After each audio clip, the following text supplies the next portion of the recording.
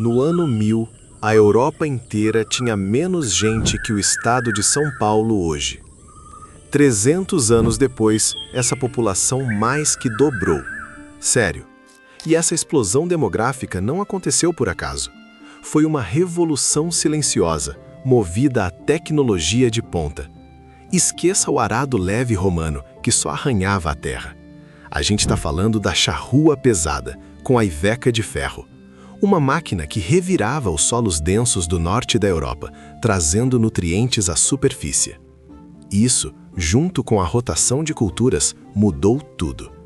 Aliás, essa história da agricultura medieval é tão fundamental que a gente decidiu fazer uma série inteira só sobre isso. Essa é a nossa nova série, Agricultura na Idade Média. E este é o primeiro de 5 episódios.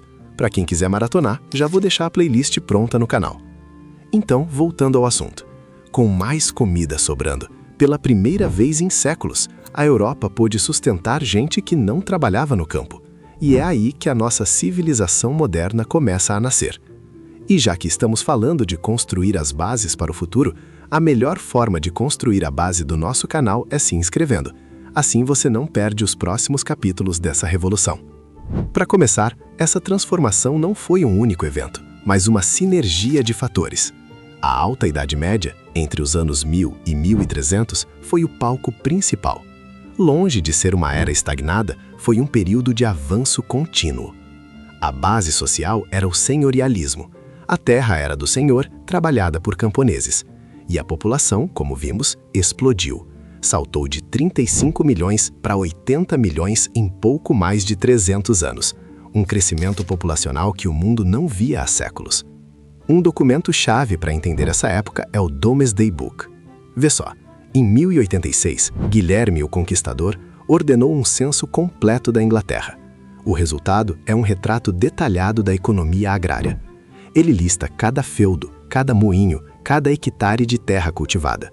Não é uma crônica poética, é um registro fiscal, frio e preciso. E o que ele revela é uma sociedade já intensamente organizada em torno da produção agrícola, muito antes do que se costuma imaginar. E para ajudar, o clima deu uma força. O período quente medieval, que durou mais ou menos de 950 a 1250, elevou as temperaturas médias na Europa. Parece pouco, mas essa mudança permitiu o cultivo de uvas na Inglaterra e de grãos em altitudes e latitudes antes impensáveis, como na Escandinávia. Foi uma janela de oportunidade climática que potencializou todas as inovações que estavam por vir. Esse cenário de mais gente, uma estrutura social definida e um clima favorável criou a necessidade e a oportunidade para a primeira grande mudança, a reorganização da terra. A inovação mais impactante aqui foi a troca do sistema de rotação bienal, herdado dos romanos, pelo trienal. No modelo antigo, metade da terra descansava todo ano. Era ineficiente. O sistema trienal dividiu a terra em 3. Um campo recebia grãos de inverno, como trigo e centeio. O segundo, grãos de primavera, como aveia e cevada, e também leguminosas. O terceiro, finalmente, ficava em pousio. A consequência matemática é direta. A terra em produção aumentou de 50% para quase 67% a cada ano. Um salto de produtividade imediato e gigantesco. Pensa nisso. Mas a genialidade estava nos detalhes. As leguminosas, ervilhas, feijões, fixam nitrogênio no solo. Elas agiam como um fertilizante natural, enriquecendo a terra para a colheita seguinte.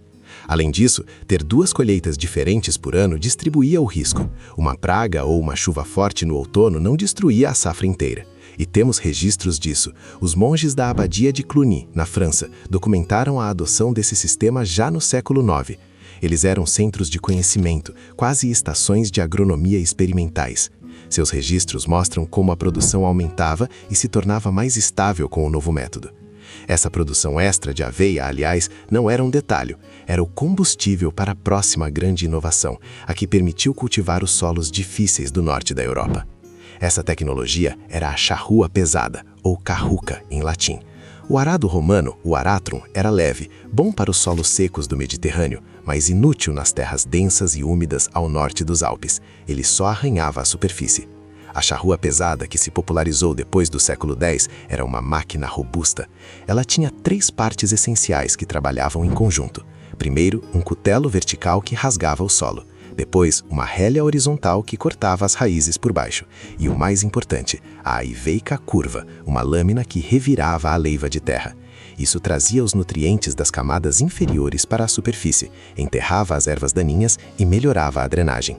Era uma diferença brutal. A questão é que essa ferramenta era tão pesada que exigia a atração de 6 a 8 bois. Nenhum camponês sozinho tinha tantos animais. Isso forçou a cooperação. As aldeias uniam seus animais para arar os campos de todos, o que ajudou a moldar a paisagem em longas faixas de cultivo típicas desse período. A tecnologia não só mudou a agricultura, ela reforçou os laços comunitários e a organização coletiva do trabalho. Mas essa máquina impressionante precisava de um motor à altura, e isso exigiu uma revolução na tração animal. Aqui, duas invenções foram cruciais. A primeira foi o colar de peito rígido para cavalos. A correia de pescoço antiga, usada pelos romanos, basicamente estrangulava o animal quando ele puxava algo pesado. O novo colar transferia a pressão para os ombros, a parte mais forte do cavalo. O resultado? A capacidade de tração do animal aumentou de 4 a 5 vezes.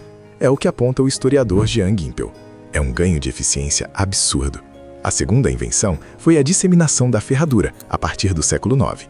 Ela protegia os cascos do desgaste em solos úmidos e rochosos, permitindo que os cavalos trabalhassem mais e com mais segurança. Com essas duas melhorias, o cavalo, que é cerca de 50% mais rápido que o boi, se tornou o principal animal de tração.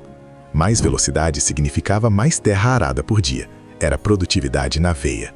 Esse conjunto de inovações, rotação de culturas, charrua pesada e tração animal aprimorada, formou um pacote tecnológico que mudou tudo. Poucos conhecem essa parte da história. Se foi novo para você, considere curtir. Deixe nos comentários qual parte dessa história mais te impressionou. Para mais histórias que você provavelmente não aprendeu na escola, inscreva-se no canal. Mas a revolução não parou no campo. Com o aumento das colheitas, era preciso processar todo aquele grão, e isso nos leva à energia dos moinhos. Os moinhos de água, embora conhecidos desde a antiguidade, foram construídos em uma escala sem precedentes. O já citado Domesday Book de 1086 listou mais de 6.000 moinhos de água só na Inglaterra. Isso dá mais ou menos um moinho para cada 50 famílias. É uma densidade impressionante. E a eficiência era surreal. Um moinho de água podia moer em um único dia a mesma quantidade de grãos que 20 homens levariam para moer manualmente. Isso liberou uma quantidade enorme de mão de obra, principalmente feminina, para outras atividades. Em lugares planos como Flandres e Holanda, onde não havia rios com correnteza forte, a solução veio a partir do final do século XII, o moinho de vento. E esses moinhos eram um negócio lucrativo. Geralmente pertenciam ao senhor feudal, que cobrava uma taxa obrigatória pelo seu uso, a chamada banalidade. A energia da natureza foi transformada em poder econômico e controle social. Com tanta eficiência, o próximo passo era óbvio: expandir. O aumento da produção e da população gerou uma demanda por mais terra. Entre os séculos XI e XIII, a Europa viveu uma enorme expansão de sua fronteira agrícola, um processo chamado de arroteia. Camponeses, incentivados por senhores que ofereciam melhores condições, começaram a desbravar florestas, drenar pântanos e recuperar terras do mar. As ordens monásticas, especialmente os cistercienses, foram pioneiras. Seguindo a regra de reza e trabalha, eles se instalavam em áreas selvagens e aplicavam técnicas avançadas de engenharia para transformar pântanos e vales em fazendas produtivas, as chamadas granges. Na Holanda, comunidades inteiras construíram diques e pôlderes, literalmente criando terra onde antes havia mar. O impacto ambiental disso foi permanente. A cobertura florestal da Europa, que era de talvez 80% na época de Carlos Magno, foi reduzida para cerca de 20% em 1300. A paisagem que vemos hoje foi em grande parte moldada nessa época, pela fome por mais terra arável. Mas essa expansão não foi feita apenas com grandes projetos. Ela dependeu também de melhorias nas ferramentas do dia a dia do agricultor. Mesmo as ferramentas manuais evoluíram. A gadanha, com sua lâmina longa e cabo para 2 mãos, substituiu a foice de mão única em muitas tarefas. Era muito mais rápida e ergonômica para colher feno e grãos. Um homem com uma gadanha fazia o trabalho de vários com foices. Para separar o grão da palha, o mangual, um bastão articulado, se tornou padrão. Era muito mais eficiente que o método antigo de fazer os animais pisotearem a colheita. e o uso de grades de ferro para cobrir as sementes depois de plantadas também se difundiu. Era um passo simples, mas que protegia as sementes de pássaros e melhorava a taxa de germinação. Pode parecer pouco, mas cada uma dessas pequenas melhorias, somada às outras, aumentava a produtividade por trabalhador, permitindo que cada família cuidasse de mais terra e produzisse mais excedentes. E esse excedente era sustentado por um ciclo de nutrientes quase perfeito, integrando lavoura e pecuária. O sistema trienal não só produzia mais grãos, seu campo de aveia e leguminosas era forragem de alta qualidade. Isso permitiu sustentar muito mais animais de trabalho, especialmente os cavalos e o gado. E esses animais eram a principal fonte de energia para a terra, o esterco. O manejo do esterco era uma ciência. Os animais pastavam nos campos em pousio, fertilizando-os diretamente. O esterco recolhido dos estábulos no inverno era cuidadosamente guardado e espalhado nos campos antes do plantio. Isso criava um ciclo virtuoso. Mais colheitas alimentavam mais animais, que produziam mais fertilizante, que gerava mais colheitas. Manuscritos da época, como o Tratado de Walter of Henley de 1280, dão conselhos precisos sobre isso. Eles entendiam o solo. Basicamente, eles criaram a primeira versão da agricultura orgânica regenerativa, um sistema fechado que se autossustentava. Esse conhecimento não estava apenas nos livros, mas no ritmo da vida, ditado pelo calendário agrícola. Para 90% da população, a vida era governada pelas estações. O ano era um ciclo implacável de trabalho. Arar e semear no outono, arar e semear novamente na primavera, capinar durante o crescimento, e o pico de esforço na colheita do final do verão, um evento que mobilizava cada homem, mulher e criança da aldeia. O inverno era para reparos, para processar alimentos. Esse conhecimento empírico, passado por gerações, era o software que rodava em cima da nova tecnologia. Incluía tudo, desde a seleção das melhores sementes até a previsão do tempo baseada em sinais da natureza. Iluminuras da época, como as do manuscrito Les Tres Richeseurs do Duc de Berry, mostram essas cenas com uma clareza impressionante. É o mesmo princípio por trás do planejamento de safras moderno, só que sem satélites e algoritmos. E com todo esse conhecimento aplicado, o resultado foi inevitável: excedente. Pela primeira vez em séculos, a Europa rural produzia consistentemente mais comida do que precisava para sobreviver. E esse excedente foi o combustível para o renascimento das cidades. O alimento extra podia sustentar uma população que não trabalhava no campo: artesãos, mercadores, clérigos. Mercados e feiras anuais, como as famosas feiras de Champagne, explodiram por toda a Europa. Os números são a prova. Paris, por volta de 1150, tinha cerca de 25 mil habitantes. Em 1300, esse número saltou para 200 mil, um crescimento de 8 vezes em 150 anos. Impossível sem um campo produtivo para alimentar essa gente. Uma cidade é um organismo que precisa ser alimentado. E a agricultura medieval se tornou o sistema que permitiu a esses organismos crescerem de forma explosiva. Essa dinâmica define um mundo até hoje. Deixe nos comentários, o que te choca mais? A tecnologia em si ou as consequências sociais que ela gerou? E para mais histórias que você provavelmente não aprendeu na escola, inscreva-se no canal. Mas essa inovação não surgia do nada. Ela era cultivada em centros de pesquisa e desenvolvimento da época, os mosteiros. As ordens monásticas, especialmente os beneditinos e cistercienses, eram potências agrárias. A regra reza e trabalha valorizava o esforço manual.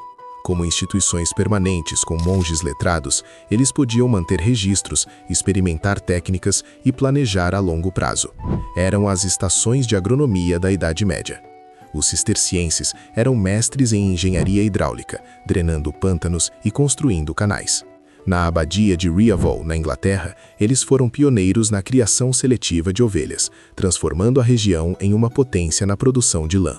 Eles não só inovavam, como disseminavam o conhecimento por sua vasta rede de abadias. Eram os catalisadores à modernização. Eles basicamente funcionavam como os laboratórios de P&D e as incubadoras de startups do mundo medieval. Contudo, esse sistema genial tinha seus limites e um custo ambiental altíssimo. A expansão agrícola causou um desmatamento em escala continental. O historiador Brian Fagan argumenta que isso alterou ecossistemas, aumentou a erosão e a frequência de enchentes, e a dependência do clima era total. Quando o período quente medieval acabou, no início do século XIV, o sistema entrou em colapso.